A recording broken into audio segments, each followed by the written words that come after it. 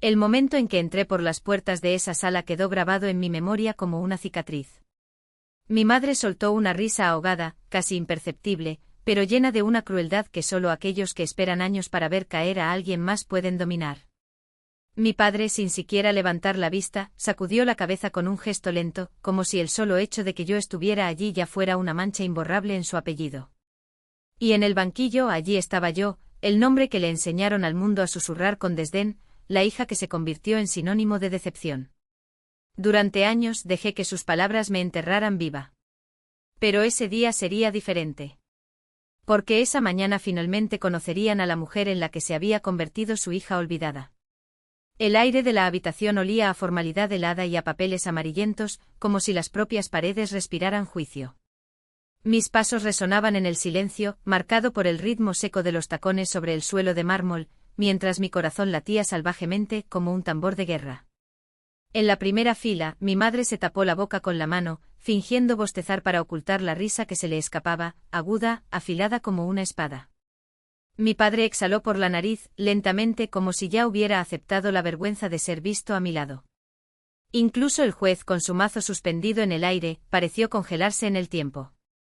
Sus ojos se abrieron por un segundo antes de inclinarse para susurrarle algo al empleado. No estaba destinado a ser escuchado, pero las palabras me golpearon como una bofetada. ¿Es ella? Un murmullo eléctrico recorrió la habitación. Las cabezas se volvieron. Las conversaciones murieron en el aire. El único sonido que quedó fue el zumbido sordo dentro de mi pecho. Avancé, cada paso deliberado, cada movimiento calculado. La carpeta que llevaba parecía pesar más de lo que debería, años de silencio comprimidos entre hojas de papel. Cuando nuestras miradas se encontraron, dejé que mis padres vieran, por un momento, el temblor de incertidumbre detrás de sus máscaras de superioridad. Pensaron que ya habían ganado. Estaban equivocados. Al llegar a la mesa, deposité con cuidado la carpeta. El sonido era seco, casi violento, en el silencio que dominaba el espacio. Mi madre se movió en su asiento y su expresión divertida comenzó a quebrarse. Mi padre mantuvo la mirada al frente como si ignorar mi presencia borrara mi existencia. El juez todavía no había dicho una palabra. Creyeron que yo estaba allí para defenderme. No se dieron cuenta de que en realidad, ellos eran los acusados. Un rayo de sol se reflejó en el borde metálico de la mesa, iluminando los documentos que había preparado durante la mitad de mi vida. Dejé que el silencio se prolongara hasta hacerse insoportable. Luego levanté la barbilla y dije con voz tan firme como el acero templado, «¿Podemos empezar?». La risa de mi madre murió en sus labios. Para el mundo éramos la imagen perfecta del éxito estadounidense. Raymond Crobel, el patriarca de lengua plateada, propietario de uno de los imperios inmobiliarios más grandes de Oregón, Vivian, su elegante esposa, la reina de los bailes benéficos, siempre fotografiada con una sonrisa calculada, y Elliot, el hijo de oro, el que nunca cometió errores. Sin embargo, detrás de esta fachada de cristal había una verdad que nadie se atrevía a ver. Trabajé junto a ellos dirigiendo la empresa cuando la salud de mi padre empezó a empeorar. Cada número verificado, cada informe impecable. Creía que la disciplina y la transparencia podrían salvar un legado basado en el orgullo. Lo llamaron frialdad. En 2014, cuando el mercado inmobiliario colapsó, invertí todo lo que tenía, casi $400.000, para mantener a flote a Crobel y Tate y asegurarme de que los empleados recibieran sus cheques de pago. Pensé que al salvar la empresa estaría salvando a la familia. Como siempre, me equivoqué. 3 meses después, con las ganancias recuperadas y la empresa estabilizada, mi puesto fue eliminado. La versión oficial. Manipulación de registros financieros. ¿El verdadero? Me había vuelto un inconveniente. Esa noche, bajo la luz parpadeante del candelabro, mi madre cortó delicadamente su filete, mientras sus palabras caían sobre mí como cuchillos. Naciste para servir, no para mandar. Me reí suavemente porque la ira solo le daría la razón. Fue la primera vez que sentí que se me helaba la sangre en las venas. Salí de allí con solo una carpeta de informes financieros y la certeza de que, algún día, pagarían por cada mentira que dijeran. Pensaron que había desaparecido. De hecho, solo estaba esperando. Esperando que escriban con sus propias manos la sentencia que los condenará. 5 años después, en mi pequeño apartamento con vistas al distrito financiero, llegó a mi puerta una caja marrón sin remitente. No hay dirección de origen, solo mi nombre garabateado en la tapa. Dentro un sobresellado con cera descolorida y una letra inconfundible, la de mi abuelo. Solo para tus ojos, Jess Crobell. Mis dedos temblaron mientras desdoblaba los papeles. Cada página llevaba su firma, cada línea era clara, todos los bienes, propiedades y acciones me quedaron a mí. No para Elliot. Para mí. Estuve paralizado por un tiempo que no pude medir. Cuando murió mi abuelo, el testamento leído en la notaría nombraba a mi hermano como único heredero. Lo había creído. Lamenté no solo su muerte sino también la traición de saber que, para él, yo nunca había sido suficiente. Esa, sin embargo, fue la verdad que enterraron. Mi teléfono sonó, rompiendo el silencio. Del otro lado, una voz firme: mi nombre es Calliope Finch. Trabajé con el abogado de tu abuelo. La garganta se secó. Desapareció, continuó. Hace 15 años, después de negarme a cambiar el testamento de tu abuelo. Creí que el anciano había escondido el original en algún lugar. Tal vez confió en ti para encontrarlo. Mi pulso se aceleró. El mundo a mi alrededor pareció inclinarse. No fue solo una traición. Fue una conspiración. Volví a meter el testamento en el sobre y escribí con tinta negra y letras firmes: la paciencia es un arma. Porque por primera vez entendí, no me habían robado simplemente. Habían cometido un crimen. Y acababa de decidir que ya no fingiría no verlo. Calliope me recibió en un café discreto a orillas del río Willamette, de esos donde nadie se queda el tiempo suficiente para notar a dos extraños intercambiando secretos. Deslizó una memoria USB rayada sobre la mesa, demasiado pequeña para contener el peso de lo que llevaba. Encontré esto en los archivos de Gerald y Pine, dijo. Estaba en una pila marcada para su destrucción. Cuando lo conecté, la grabación llenó el espacio, la voz temblorosa de Derek, el abogado, confesando que Vivien Crobell lo había obligado a falsificar el testamento. Les tenía miedo. Pero guardé una copia hasta poder dársela a alguien en quien confiaba. El aire parece haber sido succionado de la habitación. Mi abuelo siempre supo que volvería. Calliope giró su cuaderno hacia mí y mostró una versión digitalizada del testamento. La firma es auténtica, dijo, porque es real. Copiaron la firma de su abuelo de un documento de 1997 y la insertaron en una versión falsificada. Miré los trazos, las curvas y los puntos. No habían falsificado su nombre, habían distorsionado su honestidad. Una ira ardiente subió a mi pecho, pero se convirtió en algo frío, preciso. Se puede falsificar una firma, pensé, pero no se puede falsificar la integridad de un hombre. De regreso al apartamento, rebusqué en un viejo armario hasta que encontré extractos bancarios de los años 90. Una línea me llamó la atención: titular, Jesselyn Crobell y Anastasia Crobell. Pero cuando busqué en los registros digitales, mi nombre había desaparecido, borrado como si nunca hubiera existido. Alguien con suficiente poder para hacer eso. Alguien como ellos. Guardé capturas de pantalla en un disco cifrado y miré a Calliope. ¿Y ahora?, preguntó. Sonreí por primera vez en años. Ahora, respondí, hacemos esto de la manera correcta. Sin problemas. Sin sangre. Solo la verdad, fría y sin contaminar. Mi café se enfrió intacto mientras nos dirigíamos hacia el sur, hacia Salem. El camino por delante estaba vacío. Y por primera vez también lo hace el futuro. El aire olía a madera vieja y a polvo cuando cruzamos el umbral de la casa a oscuras. La señora Henley, la antigua ama de llaves de mi abuelo, estaba acurrucada en una mecedora, envuelta en un chal descolorido. Le temblaban los dedos, pero sus ojos, agudos como láminas de cristal, no perdieron ningún detalle. Le entregué la fotografía amarillenta que ella me había regalado años atrás, cuando todavía creía en las coincidencias. Su voz se quebró, pero no se quebró. Firmó el testamento en el estudio, arriba. Yo estaba allí. Vi todo. Incluso tomé fotos. Sus labios secos se movieron casi imperceptiblemente. Su madre estuvo detrás de él todo el tiempo. Abriste el cajón, sacaste ese libro viejo con las páginas gastadas, y en las últimas páginas, niña, estaban las pruebas que ni siquiera sabías que existían. Mi abuelo bolígrafo en mano, mirando directamente a la cámara. Mi madre en hebreux con una sonrisa que no llegaba a sus ojos. Me faltaba aire. Los dedos de la señora Henley apretaron los míos, huesudos y fríos. Si es necesario, testificaré. Si el juez pregunta, susurró como si las paredes tuvieran oídos. Pero, niña, destruyeron todos los originales. Esto es todo lo que queda. El camino de regreso fue una mancha de lluvia gris y ligera. La voz de Calipe apenas rompió el silencio. Si todavía tiene esa foto, ve tras ella. Tenía razón.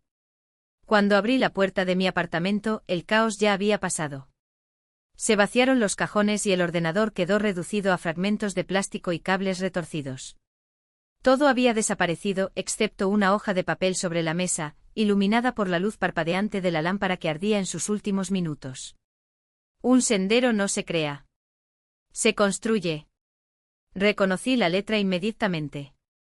Era la frase que repetía mi abuelo cada vez que dudaba de mí mismo, cada vez que el miedo amenazaba con tragarme. ¿Era posible que quien se fue de allí no viniera a amenazarme, sino a recordármelo? Ella sabía por qué estaba luchando. Me senté, el cansancio pesaba como plomo en mis huesos, pero algo más duro que el cansancio empezaba a brotar en mi pecho. Pensaron que era frágil porque me quedé callado. Nunca entendieron que el silencio no es debilidad, es estrategia. Y mi momento estaba llegando. El mensaje de Elliot llegó tarde en la noche: la familia quiere una última reunión. En la casa de Crater Lake donde tu abuelo te enseñó a disparar. Sabía que no era paz. Fue una trampa. Fue control. La habitación brillaba dorada a la luz de las velas cuando entré. Mi madre sentada como una reina en su trono de perlas, sus dedos jugando con su collar como si fuera un arma. Mi tío impecable con su traje oscuro, sus ojos calculando cada movimiento. Leo sorbió el vino con estudiada calma, pero su mirada me atravesó como un cuchillo cuando dijo: ¿Aún crees que eres mejor que nosotros, ametralladora? No respondí. Mis dedos rozaron la grabadora escondida en el bolsillo de mi chaqueta. Mi sonrisa era fina, cortante. No hace falta que sigamos con esto, Anna, intervino mi madre con la voz melosa como un veneno. Firma aquí y se acabó. Sobre la mesa un documento: renuncia a la herencia. Cogí el bolígrafo fingiendo considerarlo. Elliot se rió en voz baja y cruel. Ya no tienes que cargar con la carga de papá. Ya se encargó de eso con ese viejo abogado. No es cierto, murmuró mi padre con los nudillos blancos alrededor del cristal. El silencio se hizo más espeso. Mi madre jadeó. Las llamas de las velas parpadearon. Pero ya era demasiado tarde. La grabadora ya lo había capturado todo. Dejé el bolígrafo sobre la mesa. Ahora lo sé, dije, dándome vuelta para salir. No murió de viejo. La noche se tragó mis pasos, pero no el sonido de la voz de Calipe al teléfono, áspera y urgente. Raymond Crowell te ofreció dinero para que lo olvidaras todo. Grabó la llamada. El viejo está desesperado. Envió el archivo. La voz de mi padre, firme, casi paternal. Solo queremos proteger el apellido. Ganarás más si dejas esto atrás. Le envié todo a la fiscal federal, Sandrine Wen. Su respuesta fue seca, casi triunfante. Esperé años por esto, Anna. Ahora les toca a ellos. Una claridad helada me invadió. La justicia ya no era un sueño lejano, era un cuchillo afilado entre nuestros dedos. La lluvia me siguió de regreso a Portland, desdibujando las luces de la autopista en rayas de recuerdos. Giré a la izquierda en dirección al cementerio. La tierra estaba blanda bajo mis zapatos. En la lápida de mi abuelo, erosionada por el tiempo, aún se conservaban las palabras que él me enseñó.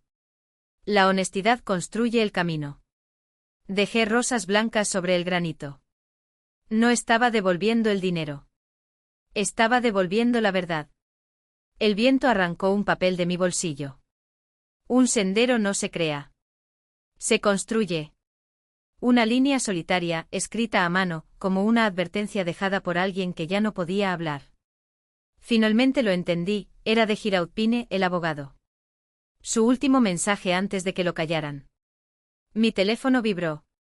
Un mensaje de mi madre: mañana intenta sonreír cuando te condenen. Respondí sin dudarlo. Tú me enseñaste el silencio, madre. Pero nunca me enseñó a usarlo como arma. Cuando llegué a casa ordené las pruebas en el cuero envejecido de mi maletín, el testamento, la fotografía, las grabaciones, los vídeos del soborno. Cada página, una hoja afilada. Cada palabra, un golpe seguro. En el espejo vi a dos mujeres, una destrozada por lo que le quitaron, otro forjado por lo que recuperaría. Mañana, le susurré a mi reflejo, mientras la lluvia golpeaba las ventanas como un reloj dando la hora. Dejarán de reírse. El juzgado brillaba con luces blancas, rodeado de cámaras y reporteros que gritaban «Estado Cuervo», como si el escándalo ya estuviera registrado en la historia. Entré vestido de negro con el pelo recogido con rigor militar y los tacones de mis zapatos resonaban como disparos sobre mármol pulido. Dentro de la habitación, mi madre estaba erguida, con una postura impecable y una sonrisa como una navaja. Mi padre con la mandíbula apretada. Mi hermano, reclinado en su silla con un desdén que no podía ocultar el sudor en sus sienes. Su abogado me miró de arriba a abajo y sus labios se torcieron en una sonrisa de superioridad. Vamos a aplastarte, pequeño Crowell. Lo miré solo una vez. No vine aquí para aplastar a nadie, respondí con calma. Vine por la verdad. El primer vídeo comenzó a reproducirse. La voz de Elliot, grabada en la casa del lago, llenó la habitación. Papá ya se ocupó de ese viejo abogado. ¿Recuerdas? El aire crepitó. Mi madre se levantó gritando que era un montaje. El mazo del juez cayó. Silencio. Entonces el segundo archivo. La voz de mi padre, grabada por Giraud Pine, resonó como una frase. Solo queremos proteger el apellido. Ganarás más si lo olvidas. La habitación se congeló. Las cámaras captaron el temblor de sus manos, el sudor corriendo por su sien. Me levanté y deposité un sobrecerrado delante del juez. Una carta de mi abuelo, dijo. Para ser leído en voz alta. El papel hizo clic cuando lo abrió. La voz del juez, solemne, repitió las palabras que mi abuelo me escribió años antes. Si ella está frente a ti, ya no es la niña frágil que esta familia intentó quebrar. Ella es la mujer que los derribará. El juez bajó los ojos y luego los levantó con firmeza. Este caso no es complejo, afirmó. Es un delito. El sonido fue como un trueno. Su abogado entró en pánico. Mis padres palidecieron. Mi hermano se quedó sin palabras, sus dedos hundiéndose en los brazos del sillón. Exhalé lentamente. Se rieron cuando entré. No me reí cuando me fui. Aquellos que alguna vez intentaron cubrir mis huellas, aquellos que sobrevivieron a su propia arrogancia, ahora vieron cómo la corte se doblegaba. El juez bajó de su trono de madera oscura y su voz, alguna vez firme como el acero, se suavizó mientras permanecía a mi lado y colocaba una mano en mi hombro. Tu abuelo estaría orgulloso de ti, dijo. Me encontré con su mirada tranquila, inquebrantable. Ya está orgulloso. Por un instante los años se plegaron sobre sí mismos. Recordé el primer día que entré a esa sala, temblando con su mano apretando la mía. Ahora, el mazo que alguna vez resonó contra la mesa descansaba en silencio, como si lo supiera. Había conocido a mi abuelo. Sabía lo hombre que era. Y supe las tormentas que había atravesado para estar allí, de pie, de una sola pieza. El círculo se cerró. Afuera, el pasillo estaba iluminado por las luces de las cámaras y los reporteros avanzaban gritando mi nombre. Miss Trove, ¿qué se siente al finalmente vengarse? Me detuve el tiempo suficiente para capturar esas miradas con la mía. La justicia no grita, respondí. Luego me di la vuelta. La puerta se cerró detrás de mí con un ruido sordo, ahogando el ruido. En el interior, el silencio era denso, reemplazado solo por el distante murmullo de la ciudad. La luz del final de la tarde se filtraba a través de los cristales de las ventanas, como cintas de misericordia cortando el suelo. Recordé los lagos, el brillo del sol sobre el agua. Desde el día en que mi abuelo me mostró que la verdad nunca se hunde. Cuando salí, el aire estaba claro. El edificio del tribunal, que alguna vez fue un monumento al miedo, ahora parecía solo un lugar de claridad.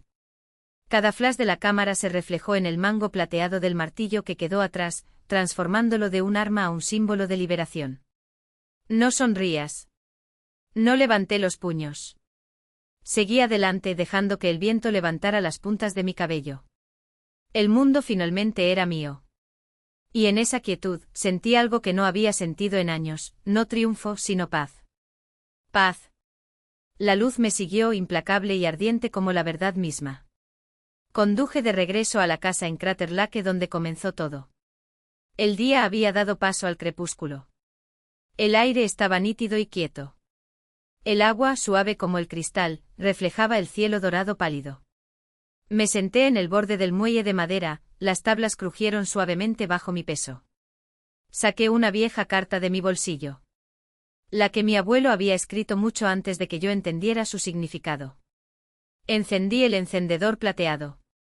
La llama capturó el último soplo de luz feliz de la carta. Vi el papel encogerse y ennegrecerse, el fuego bailando en mi cara antes de soltar las cenizas al viento. Se extendieron sobre el agua, arrastrados por el silencio. Se rieron cuando entré. Salí libre. Años más tarde fundé una organización dedicada a la integridad y la gobernanza. Una protección sagrada para aquellos falsamente acusados por el poder. No lo hice por la gloria. Lo hice porque la justicia sin compasión es solo crueldad. La prensa calificó mi historia de veredicto silencioso y les dejé hacerlo. Fue apropiado. La verdad no necesita ser gritada. En una entrevista, el presentador se inclinó hacia adelante y preguntó: ¿Los perdonas? Sonrisa. No para las cámaras, sino para mí. Perdonar no es liberarlos, respondí. Es permitirse vivir. Ahora doy clases en la Facultad de Derecho de Portland, en la misma ciudad donde mi familia alguna vez dictó los horizontes. El polvo de tiza se me pega a los dedos mientras escribo 2 frases en la pizarra. La honestidad construye legados. La justicia no se hereda, se crea. Los estudiantes miran en silencio. No saben que estas palabras vinieron de un hombre que creyó en mí cuando nadie más lo hizo. La luz entra a través de las altas ventanas, capturando las líneas de tiza y volviéndolas plateadas. Es el mismo resplandor que se filtró en la sala del tribunal ese día. Firme. Honesto. Irrompible. Hago una pausa. Oigo el sonido del viento entre los árboles de afuera, un susurro débil, resonante y eterno. Cuando termina la clase, me quedo quieto, mirando el último rayo de sol deslizarse por el suelo. El reflejo en el cristal parece vivo, casi como el latido de un corazón. Cierro los ojos. Por primera vez en años, el silencio no parece vacío. Parece lleno. Pacífico. Perdonado. La historia termina donde empezó, junto al lago. Pero esta vez no hay miedo, no hay dolor. Solo quietud. El viento aúlla. El agua se mueve. Y la luz continúa bailando sobre la superficie, como si susurrara el único veredicto que alguna vez importó. Permítete.